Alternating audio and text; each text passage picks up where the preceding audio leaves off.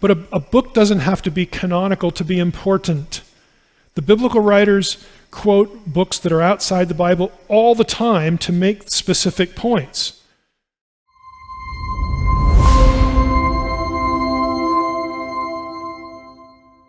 Have you ever wondered why, when you read Genesis 6, let's just go look at it. You go Genesis 6, keep going back, let's close that. You get the weird sons of God, Nephilim stuff. The Nephilim were on the earth in those days, verse 4. And also after, when the sons of God came into the daughters of men, they bore children to them.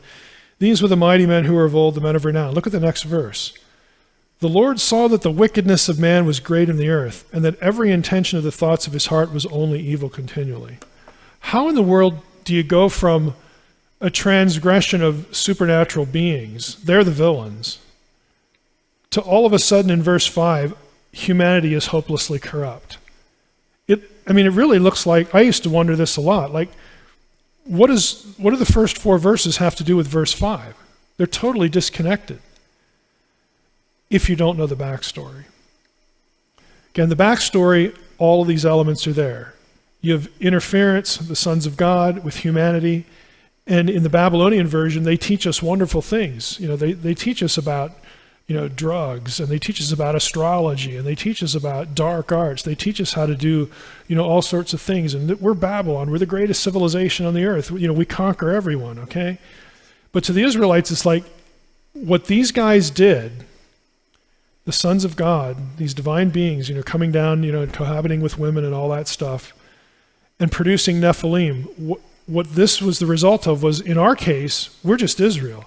In our case, their descendants tried to wipe us out at Canaan. So they were lethal threats.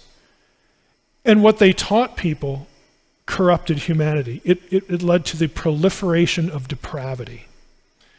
And since Enoc knows the Mesopotamian story, if you read the Enoc version, he has all of that laid out.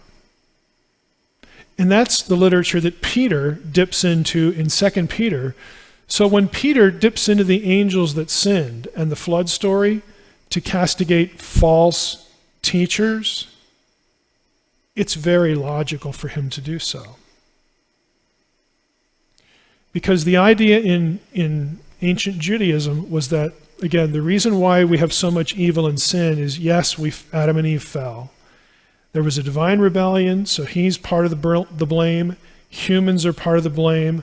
But then when you get to Genesis 6, it's like what happened here led to the explosion, the proliferation of depravity throughout the earth. Again, whoever wrote Enoch knows the full backstory that's behind Genesis 6, 1 through 4.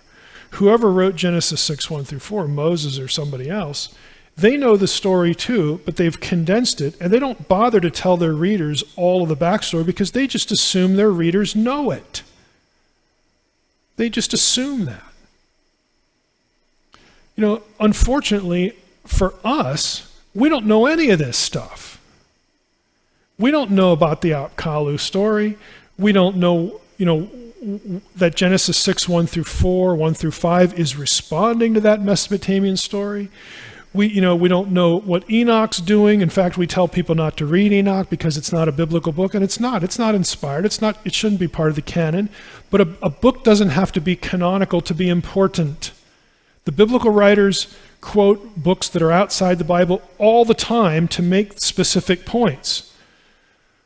Okay, Peter knows this literature. And because he's read it, he has a fuller picture of what Genesis 6, 1 through 4 means, how it operates, why it's there, why the first 4 verses make sense of the 5th verse, the human wickedness, it juxtaposed to the sons of God event. Peter understands that, and he uses it in his discussion to avoid false teachers. It makes perfect sense across the board for him to do this.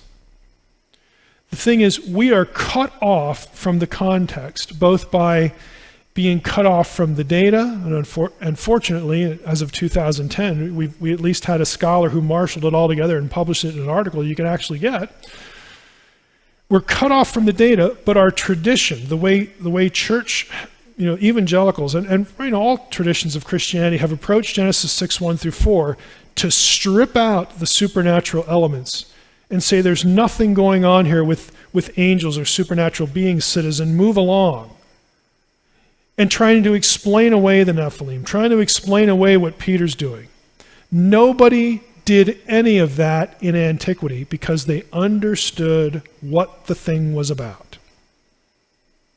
Okay, we are living on the other side. We're living on top of 2,000 years of avoiding it, of cutting it off, of obscuring it, of hiding it, of running away from it. It's there for a reason, and it's going to bleed into other parts of the Bible, other parts of the Old and the New Testament.